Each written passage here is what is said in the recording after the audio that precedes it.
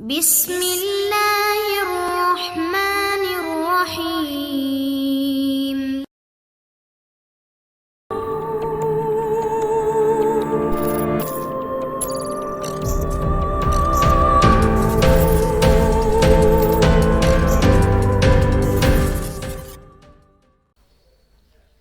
السلام علیکم دوستو، Imran series novel one man show by Mazhar Kaleem M A. اگر آپ نے ابھی تک ہمارے چینل جاسوسی دنیا کو سبسکرائب نہیں کیا تو سبسکرائب کریں اور بیل آئیکن پر کلک کیجیے۔ کیا تم واقعی عمران ہو؟ سر سلطان کے لہجے میں حیرت بھری آواز نکلی۔ ہائی کورٹ میں ساری بات سمجھنے کے باوجود ابھی تک آپ پوچھ رہے ہیں کہ زلیخا مرد تھی یا عورت؟ فرینک نے مڑ کر مسکراتے ہوئے عمران کی اصل آواز میں کہا، اور پھر آگے بڑھ کر اس نے تیزی سے سلطان کی رسیاں کھولنی شروع کر دیں۔ لیکن تم یہاں اتنے اطمینان سے موجود ہو، میں تو واقعی بری طرح چکرا گیا تھا، سر سلطان نے کہا۔ آپریشن مکمل کرنے سے پہلے مجھے پتا چل گیا کہ آپ کو اغوا کر کے یہاں لایا جا رہا ہے، اس لیے میں فائنل کال دینے سے رک گیا۔ آپ کو ختم نہ کر دیا جائے یا کہیں اور نہ لے جایا جائے، عمران نے کہا، اور پھر تیزی سے وہ ایک کونے میں موجود میز پر پڑے انٹر کام کی طرف بڑھ گیا۔ اس نے جلدی سے انٹر کام کا ریسیور اٹھا لیا۔ یس، ریسیور سے ایک بھاری سی آواز سنائی دی۔ مارٹن سے بات کراؤ، اسے اپنے پاس بلا لو، ایک ضرورت ہے، عمران نے ریڈ ٹی کے لہجے میں کہا۔ اوہ اچھا باس، دوسری طرف سے کہا گیا، اور پھر چند لمحے خاموشی طاری رہی۔ اس کے بعد مارٹن کی حیرت بھری آواز سنائی دی۔ یس باس۔ مارٹن کے لہجے میں حیرت تھی کہ اسے تہخانے سے بلا کر انٹر کام پر بات کیوں کی جا رہی ہے۔ مارٹن، ایک اہم مسئلہ سامنے آ گیا ہے، یہاں ہیڈ کوارٹر میں جتنے بھی افراد موجود ہیں انہیں اکٹھا کر کے بڑے ہال میں پہنچ جاؤ، چیف باس اور میں ابھی وہاں پہنچ رہے ہیں، جلدی کرو، وقت بے حد کم ہے، عمران نے کہا۔ لیکن باس، مارٹن نے الجھے ہوئے لہجے میں کہا، جو میں کہہ رہا ہوں وہ کرو، نان سینس، عمران نے انتہائی کرخ لہجے میں کہا۔ یس باس، مارٹن نے بکھلائے ہوئے لہجے میں جواب دیا، اور اس کے ساتھ ہی عمران نے ریسیور رکھ دیا، اور پھر اس نے جیب میں ہاتھ ڈال کر ایک چھوٹا سا باکس نکالا اور اس کی سائڈ میں لگا ہوا ایریل کھینچ کر اسے اونچا کیا، اور پھر باکس کی سائڈ میں موجود بٹن دبا دیا۔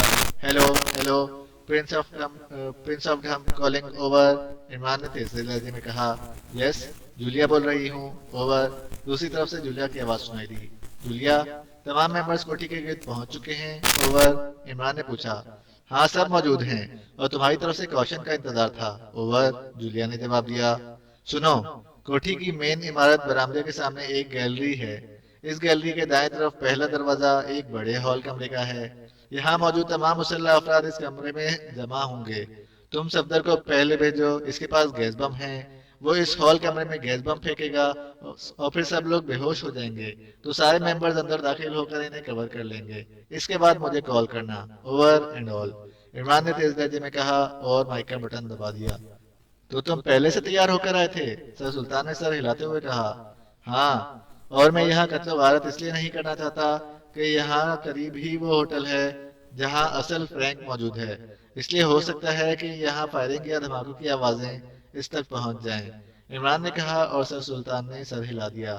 ان کے چہرے پر عمران کے لیے تحسین آمیز آثار موجود تھے۔ ٹیلی فون کی گھنٹی بجتے ہی فرینک نے چونک کر فون کی طرف دیکھا اور پھر ہاتھ بڑھا کر ریسیور اٹھا لیا۔ یس، فرینک کے لہجے میں سختی تھی۔ ریسیپشنسٹ بول رہا ہوں جناب، ایک صاحب علی عمران آپ سے ملنا چاہتے ہیں، ایک مؤدبانہ آواز سنائی دی۔ علی عمران، وہ ٹھیک ہے، انہیں بھیج دو، فرینک نے سر ہلاتے ہوئے کہا اور ریسیور رکھ دیا۔ البتہ اس کی آنکھوں میں حیرت کے تاثرات موجود تھے، کیونکہ علی عمران پہلی بار اس کمرے میں ملنے آ رہا تھا۔ چند لمحوں بعد دروازے پر دستک ہوئی اور فرینک نے اٹھ کر دروازہ کھول دیا۔ دروازے پر واقعی عمران موجود تھا، اس کا لباس خاصا مضحکہ خیز تھا، سرخ پتلون، زرد قمیض اور نیلا کوٹ، اور چہرے پر حماقت کا آبشار پوری آب و تاب سے بہہ رہا تھا۔ میں آئی کم ان سر، عمران نے دروازہ کھلتے ہی ہاتھ اٹھاتے ہوئے یوں کہا جیسے طالب علم کلاس روم میں داخل ہوتے وقت کہتے ہیں۔ او عمران، تم، آؤ آؤ، فرینک نے مسکرا کر اس کی طرف دیکھتے ہوئے کہا، اور عمران اس طرح سہما سہما اندر داخل ہوا جیسے واقعی وہ انتہائی فرمانبردار اور سعادت مند طالب علم ہو۔ آج میں کیسے یاد آ گیا؟ فرینک نے مسکرا کر کرسی پر بیٹھتے ہوئے پوچھا۔ یار آخر تم میرے دوست بھی ہو، مہمان بھی ہو، میں نے سوچا کہ کہیں واپس جا کر یہ گلہ نہ کرو کہ پاک ایشیا والے اچھے میزبان نہیں ہوتے، عمران نے معصوم سے لہجے میں کہا اور فرینک بے اختیار ہنس پڑا۔ شکر ہے تمہیں میزبانی کا خیال تو آ گیا، ورنہ سچ پوچھو تو میں تمہارے رویے سے بڑا مایوس ہوا تھا۔ فرینک نے سنجیدہ لہجے میں کہا آج میں تمہارے تمام گلے شکوے دور کر دوں گا، آخر تم میرے دوست ہو، کوئی مذاق تو نہیں۔ ہاں یار، وہ مجھے یاد آیا، تم سیکرٹ سروس کے ہیڈ کوارٹر کے بارے میں پوچھ رہے تھے، وہ میں نے پتا چلا لیا ہے۔ عمران نے چونکتے ہوئے کہا پتا چلا لیا ہے، کہاں ہے وہ؟ فرینک نے اشتیاق بھرے لہجے میں کہا۔ اس کی آنکھوں میں یکلخت چمک ابھر آئی۔ لیکن پہلے یہ بتاؤ تم وہاں جا کر کرو گے کیا؟ وہ تو بڑا ویران سا کھنڈر ہے، الو بولتے ہیں وہاں۔ تم بتاؤ تو صحیح۔ اسپیشل جیل کے اندر ہے ہیڈ کوارٹر۔ اسپیشل جیل دیکھی ہے تم نے؟ Special jail? کیا مطلب؟ کیا بکواس کر رہے ہو؟ مذاق نہیں کر رہا، سچ کہہ رہا ہوں۔ اور ہاں، وہ تمہارا ریڈ ٹی بھی وہاں پہنچ چکا ہے، لیکن یار اس کے پاس تو رقم بھی موجود نہیں ہے۔ وہ تو قسمیں کھاتا ہے کہ میں نے ہالینڈ میں کوئی رقم نہیں کمائی۔ کیا کہہ رہے ہو؟ فرینک نے یکلخت اچھل کر کھڑے ہوتے ہوئے کہا۔ ارے کیا ہوا؟ کیا کرسی میں کھٹمل ہیں؟ یار یہ ہوٹل والے بڑے بدتمیز ہیں، کرایہ تو سینکڑوں میں لیتے ہیں، لیکن کرسیوں میں کھٹمل اس طرح پال رکھے ہیں جیسے پالتو جانور ہوں۔ عمران نے منہ بناتے ہوئے کہا۔ عمران سچ سچ بتاؤ، تم یہاں کیوں آئے ہو؟ فرینک کا لہجہ یکلخت سخت ہو گیا۔ سچ تو بتا رہا ہوں یار، آخر میزبانی بھی تو کوئی چیز ہے۔ اگر یقین نہیں آ رہا تو آؤ چلو، میں تمہیں اسپیشل جیل لے چلتا ہوں۔ عمران نے اسی طرح مطمئن لہجے میں کہا۔ ریڈ ٹی وہاں کیسے پہنچ گیا؟ فرینک نے ہونٹ کاٹتے ہوئے کہا۔ وہ بڑے غور سے عمران کو دیکھ رہا تھا۔ اس کا ایک ہاتھ جیب میں رینگ چکا تھا۔ وہی جیل میں لوگ کیوں جاتے ہیں؟ ظاہر ہے جرم کرتے ہیں تو جانا ہی پڑتا ہے۔ پھر ریڈ ٹی نے تو اچھا خاصا ادھم مچا رکھا تھا، کئی اعلیٰ عہدیدار قتل کر دیے تھے، پاور ہاؤس کو اچھا خاصا نقصان پہنچایا، اب وہ ڈیم کو تباہ کرنے کی تیاری کر رہا تھا۔ ظاہر ہے اس کے بعد جیل ہی ٹھکانہ ہو سکتا ہے۔ لیکن تمہیں یہ بات سن کر اتنی حیرت کیوں ہو رہی ہے؟ تم تو خود انٹیلیجنس کے آفیسر ہو، تمہارا تو خود کام مجرموں کو جیل پہنچانا ہے۔ عمران نے کہا۔ مجھے یقین نہیں آ رہا۔ فرینک کے چہرے پر شدید تذبذب کے آثار تھے۔ ہاتھ کنگن کو آرسی کیا؟ آؤ چل کر دکھا دیتا ہوں، عمران نے بڑے سادہ لہجے میں کہا۔ تم نے دیکھا ہے ریڈ ٹی کو؟ فرینک نے چند لمحے خاموش رہنے کے بعد کہا۔ نہ صرف اسے دیکھا ہے بلکہ اس کے چیف باس کو بھی دیکھا ہے۔ کہ ہو تو اس کا حلیہ بھی بتا دوں؟ ویسے حلیہ بتانے کی ضرورت نہیں، دیکھ لو تو سب کچھ سامنے آ جائے گا، عمران نے بڑے معصوم سے لہجے میں کہا۔ اور فرینک کا چہرہ یکلخت مسخ ہو گیا۔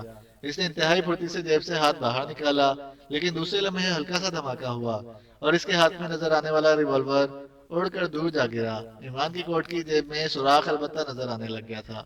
اتنی بھی جلدی کیا تھی مسٹر فرینک عرف chief boss of red tea? اچھے لوگ ہی اس طرح کھاتے ہیں، عمران نے مسکراتے ہوئے کہا۔ اسی لمحے دروازہ ایک دھماکے سے کھلا اور سپرنٹینڈنٹ فیاض ہاتھ میں ریوالور پکڑے اندر داخل ہوا۔ اس کے پیچھے 4 مسلح باورچی آدمی تھے۔ خبردار، ہاتھ اٹھا دو، فیاض نے پوری طرح دھاڑتے ہوئے کہا۔ آہستہ سپرنٹینڈنٹ فیاض، یہ بھی تمہارے ہی محکمے اور تمہارے ہی طرح کا ایک آفیسر ہے، عمران نے مسکراتے ہوئے کہا۔ اور فرینک کی آنکھیں تیزی سے پھیلتی چلی گئیں۔ تم مجھ پر کوئی الزام ثابت نہیں کر سکتے، فرینک نے رک رک کر کہا۔ بھئی میں نے تو سپر فیاض کی بڑی منتیں کی تھی کہ وہ ٹل جائے، آخر تم میرے دوست اور کلاس فیلو رہے ہو، پھر خاصے پڑھے لکھے ہو، آکسفورڈ میں ڈاکٹریٹ کی ڈگری تم نے حاصل کر رکھی ہے، لیکن یہ مانتا ہی نہیں۔ اب کیا کروں، مجبوری ہے، آفیسر آدمی ہے، عمران نے کہا۔ اس دوران فرینک کو قابو کر کے اس کے ہاتھ میں کلپ ہتھ کڑی پہنائی جا چکی تھی۔ میں اس گرفتاری پر احتجاج کرتا ہوں، مجھے اپنے اعلیٰ آفیسروں سے بات کرنے دو، یہ میرا قانونی حق ہے۔ ہالینڈ کے سفیر سے میری بات کراؤ، فرینک نے بری طرح چیختے ہوئے کہا۔ سفیر بیچارہ کیا بات کرے گا؟ تم اپنے چیف ہیک سے کیوں بات نہیں کر لیتے؟ وہ تو اب تک حیران ہے کہ تم میڈیکل پر چھٹیاں گزارنے ایکریمیا گئے ہوئے تھے، پھر پاکیشیا کیسے پہنچ گئے؟ باقی رہا ثبوت تو جناب سپر فیاض صاحب اسے ثبوت بھی دکھا دیں، یہ واقعی اس کا قانونی حق ہے، عمران نے مسکراتے ہوئے کہا۔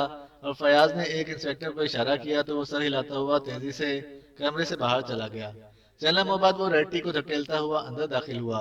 ریڈ ٹی کے کونے زخمی تھے، اس کا چہرہ بری طرح لٹکا ہوا تھا۔ یہ ہے تمہارا ساتھی ریڈ ٹی، تم اسی کا حلیہ مجھ سے پوچھ رہے تھے نا؟ عمران نے مسکرا کر کہا۔ میں اسے نہیں جانتا، میرا اس سے کیا تعلق ہے؟ فرینک نے تیز لہجے میں کہا۔ اس کا مطلب ہے پورا شو دکھانا پڑے گا۔